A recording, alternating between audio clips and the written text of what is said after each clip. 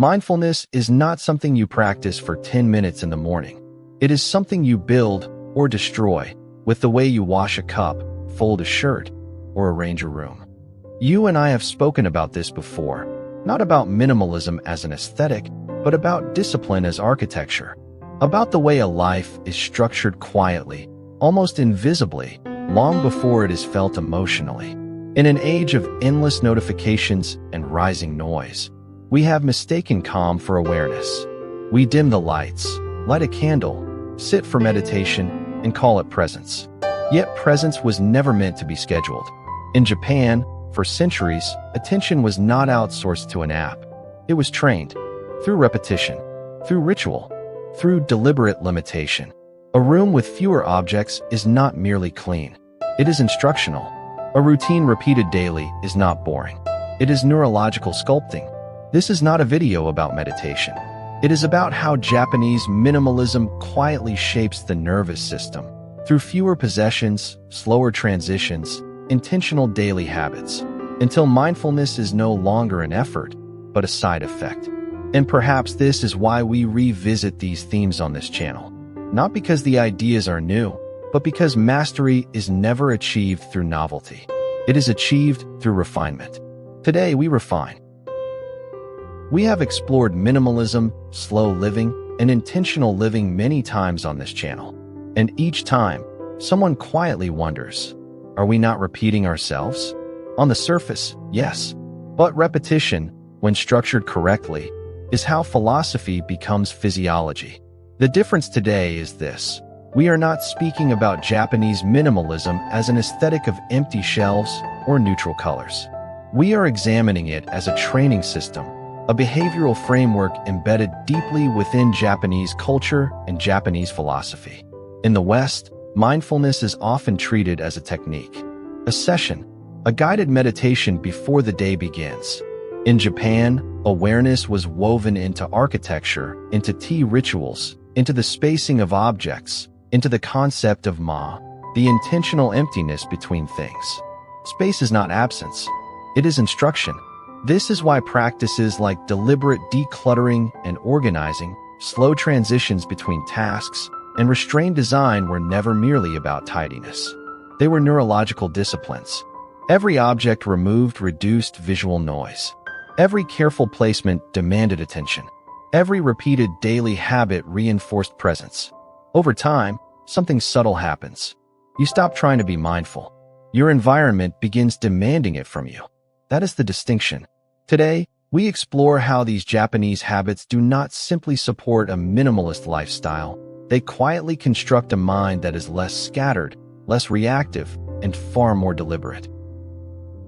Even with all our conveniences, modern life has become a battleground for attention. Endless notifications, overflowing email inboxes, and the constant pressure to do more create a subtle but persistent anxiety. We chase productivity, yet our minds feel fractured. We chase simplicity, yet clutter multiplies, not just around us, but inside us. This is where the problem lies. Mental clutter is invisible until it shapes our behavior. We feel restless while sitting still, distracted while performing simple tasks, and unsatisfied even when achievements are stacked before us. The very tools designed to save time, smartphones, social media, constant alerts, have rewritten the rules of attention.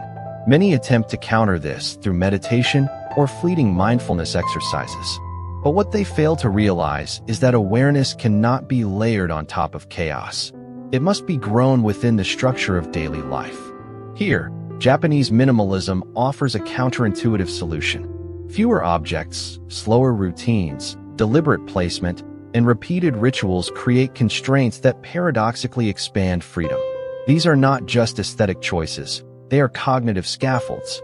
By shaping the environment and the rhythm of the day, they train the mind to notice, to appreciate, and to act deliberately. In essence, the challenge is not finding time for mindfulness. It is creating a life that does not erode it. Only when clutter is minimized and attention is honored can personal development, mindful living, and the quiet mastery of daily habits truly flourish. When we speak of Japanese minimalism, We are not simply admiring tidy shelves or elegant design. We are observing a deliberate set of daily habits that train the mind, almost imperceptibly, toward mindfulness, intentional living, and personal development. Each habit is a lesson in attention, patience, and presence. Take danshari, for example, the art of decluttering not merely possessions, but mental baggage. By questioning what is essential, an extreme minimalist reduces distractions and cultivates space for reflection. Every object kept is intentional. Every item removed is a deliberate step toward clarity. The act itself becomes a meditation, embedding focus through movement and choice. Then there is wabi-sabi, the appreciation of imperfection. In a culture obsessed with flawless form, Japanese minimalists see beauty in irregularity, in asymmetry, in the quiet hum of the everyday. This acceptance encourages the mind to release judgment and embrace the present moment. Mindful living is not about perfection. It is about presence, and wabi-sabi trains the senses to notice subtlety, to honor simplicity, and to find joy in restraint. Consider ichigo ichie, the practice of treasuring the uniqueness of each encounter. Even a fleeting conversation, a cup of tea, or the folding of a garment is treated as a singular experience, never to be repeated. This habit fosters deep attentiveness, slowing time in ways modern life rarely allows. The repetition of these habits is not mechanical, it is transformative.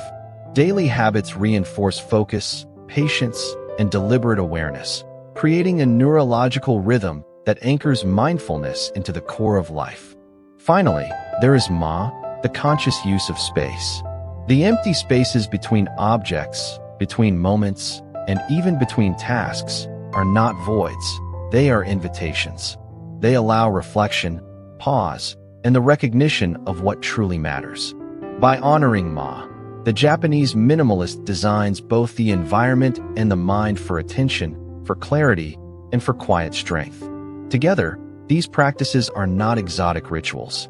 They are practical tools for mindful living, offering productivity, intentional living, and decluttering as natural byproducts of disciplined simplicity.